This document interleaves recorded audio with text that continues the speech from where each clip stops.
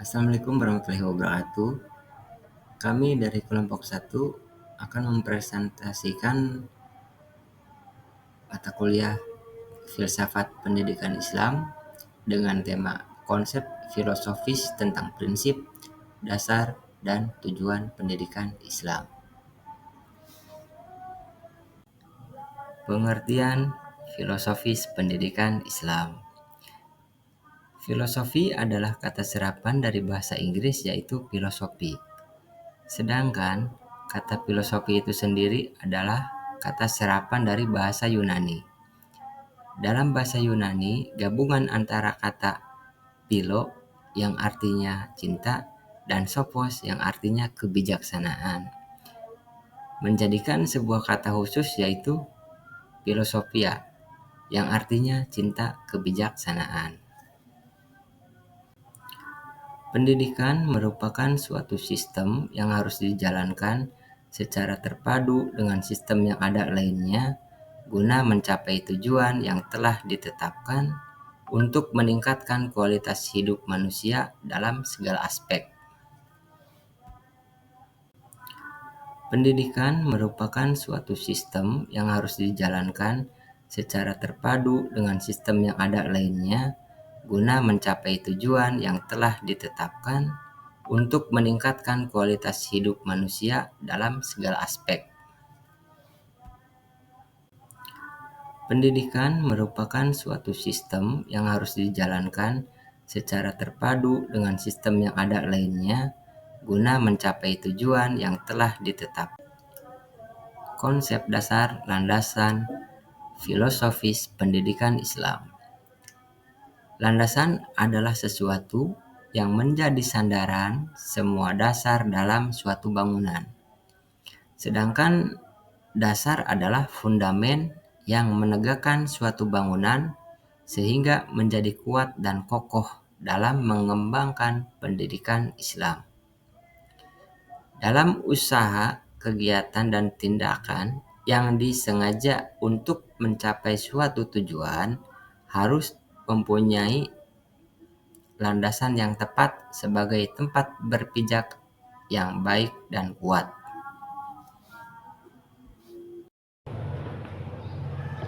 Di sini saya akan menjelaskan sumber pokok dasar pendidikan Islam. Pada dasarnya, sumber pokok dasar pendidikan Islam itu ada 5. Yang pertama, Al-Quran. Yang kedua, As-Sunnah. Yang ketiga, pemikiran Islam. Yang keempat, sejarah Islam. Dan yang terakhir adalah realitas kehidupan. Di sini saya akan membahas satu persatu dari sumber dasar Islam tersebut. Untuk yang pertama yaitu Al-Quran.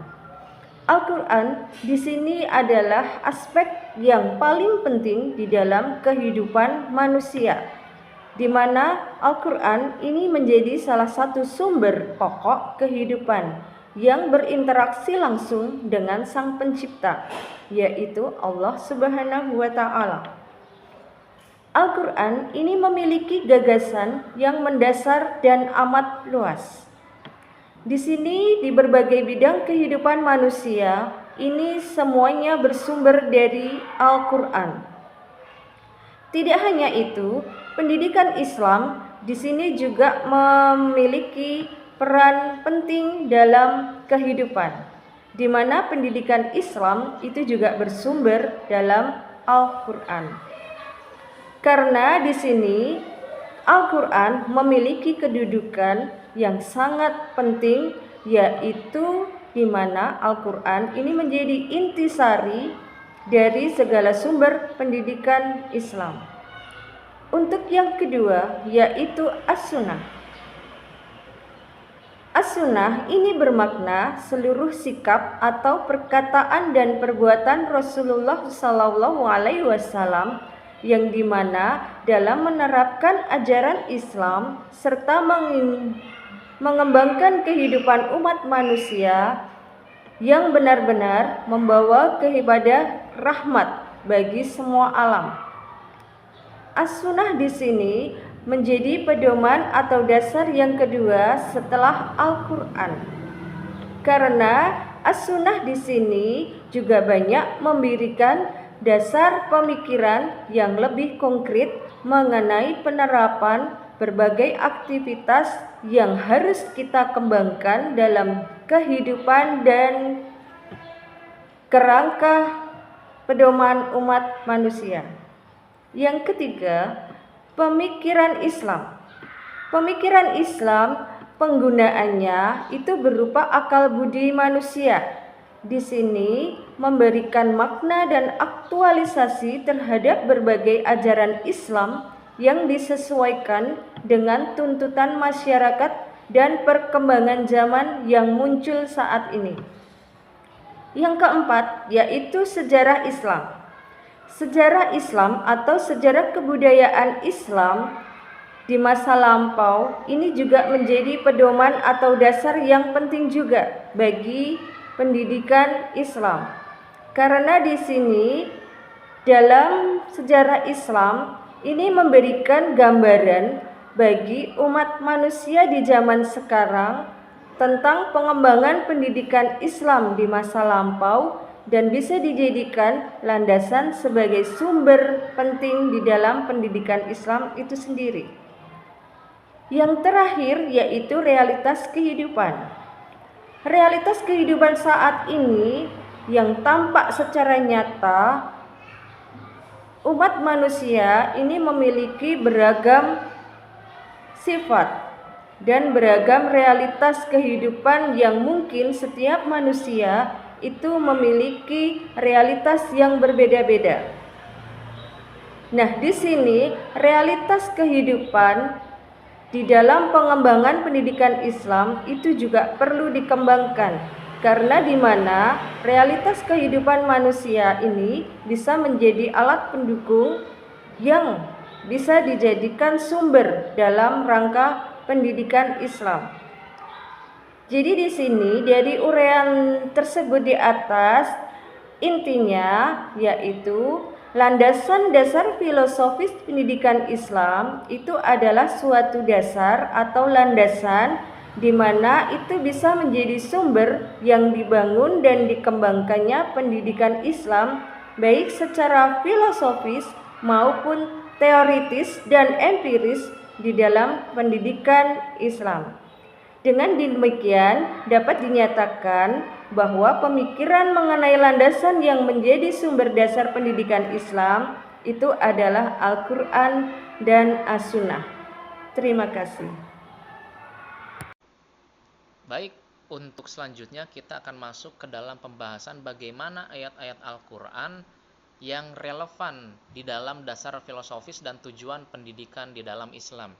Salah satunya yang relevan itu ada di dalam Quran surat Al-Baqarah ayat ke-129, ayat ke-150, dan surat Ali Imran ayat ke-164. Di mana ayat-ayat ini secara eksplisit menjelaskan tentang tujuan diutusnya para rasul, termasuk di mana Nabi Muhammad SAW. Tujuan utama di dalam pendidikan Islam berdasarkan ayat-ayat tersebut adalah untuk menyucikan jiwa, mengajarkan Al-Quran dan Sunnah, serta meningkatkan pengetahuan umat. Dengan kata lain, pendidikan Islam tidak hanya berfokus pada aspek kognitif, tetapi juga pada aspek afektif dan psikomotorik. Selain itu, pendidikan Islam bertujuan membentuk individu yang beriman, bertakwa, berilmu, dan berakhlak mulia, sehingga mampu menjalankan perannya sebagai khalifah di bumi ini. Lebih rinci, mari kita simak ayat-ayat tersebut menjelaskan bahwa Allah Subhanahu wa Ta'ala mengutus para rasul untuk mengajarkan Al-Quran dan hikmah atau sunnah, sebagaimana Al-Quran itu adalah sumber hukum dan juga sebagai pedoman hukum atau pedoman hidup. Sedangkan hikmahnya mencakup sunnah Nabi, ilmu pengetahuan, dan segala sesuatu yang bermanfaat bagi kehidupan manusia. Itu yang pertama. Yang kedua, pendidikan Islam bertujuan menyucikan jiwa. Artinya, pendidikan Islam tidak hanya sebatas transfer ilmu pengetahuan, tetapi juga pembentukan karakter yang luhur dan juga mulia. Dan selanjutnya, pendidikan Islam bertujuan meningkatkan pengetahuan ilmu pengetahuan yang dimaksud di sini tidak hanya terbatas pada ilmu agama, tetapi juga ilmu-ilmu umum yang bermanfaat bagi kehidupan manusia. Pada intinya, pendidikan Islam memiliki tujuan yang sangat komprehensif, yaitu membentuk individu yang seimbang antara iman dan ilmu, akhlak dan juga intelektualitas, di mana pendidikan Islam juga bukan hanya sekedar persiapan untuk kehidupan akhirat, tetapi juga untuk persiapan di dalam kehidupan di dunia. Assalamualaikum warahmatullahi wabarakatuh. Berdasarkan pemaparan para narasumber, dapat disimpulkan bahwasanya dasar filosofis pendidikan Islam, pemahaman terhadap ayat-ayat Al-Quran dalam hubungannya dengan ilmu pengetahuan tersebut amat erat kaitannya dengan kegiatan pendidikan. Keterkaitan ini dapat dilihat dari hal-hal sebagai berikut. Yang pertama, tujuan akhir dari pendidikan adalah merubah sikap mental dan perilaku tertentu, yang dalam konteks Islam adalah agar menjadi seorang muslim yang terbina seluruh potensi dirinya sehingga dapat melaksanakan fungsinya sebagai muslim dalam rangka beribadah kepada Allah sesuai dengan pedoman dalam Al-Quran dan As-Sunnah. Yang kedua, bahwa dalam kegiatan pengajaran tersebut seorang pendidik harus mengajarkan ilmu pengetahuan keislaman yang bersumber dari Al-Quran dan As-Sunnah. Dari proses pengajaran yang demikian itu akan terciptalah pemahaman, penghayatan dan pengalaman yang sesuai dengan rambu-rambu keislaman yang benar.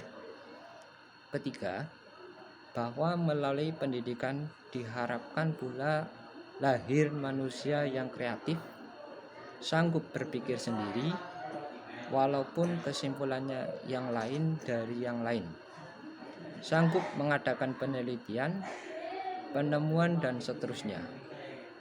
Sikap yang demikian itu amat dianjurkan dalam Al-Quran. Keempat, bahwa pelaksanaan pendidikan harus mempertimbangkan prinsip pengembangan ilmu pengetahuan sesuai dengan petunjuk Al-Quran, yaitu pengembangan ilmu pengetahuan keislaman yang ditujukan bukan semata-mata untuk pengembangan ilmu pengetahuan itu sendiri, melainkan untuk membawa manusia semakin mampu menangkap hikmah di balik ilmu pengetahuan, yaitu rahasia keagungan Allah. Dari keadaan yang demikian itu, maka ilmu pengetahuan tersebut akan memperkokoh akidah, meningkatkan ibadah dan akhlak yang mulia. Kelima, pengajaran berbagai ilmu pengetahuan keislaman dalam proses pendidikan yang sesuai dengan ajaran Al-Quran akan menjauhkan manusia dari sikap takabur, sekuler dan ateistik, sebagaimana yang pada umumnya dijumpai pada pengembangan ilmu pengetahuan di masyarakat Barat dan Eropa. Demikian kesimpulan dari materi yang disampaikan oleh para narasumber. Sekian dari saya. Wassalamualaikum warahmatullahi wabarakatuh.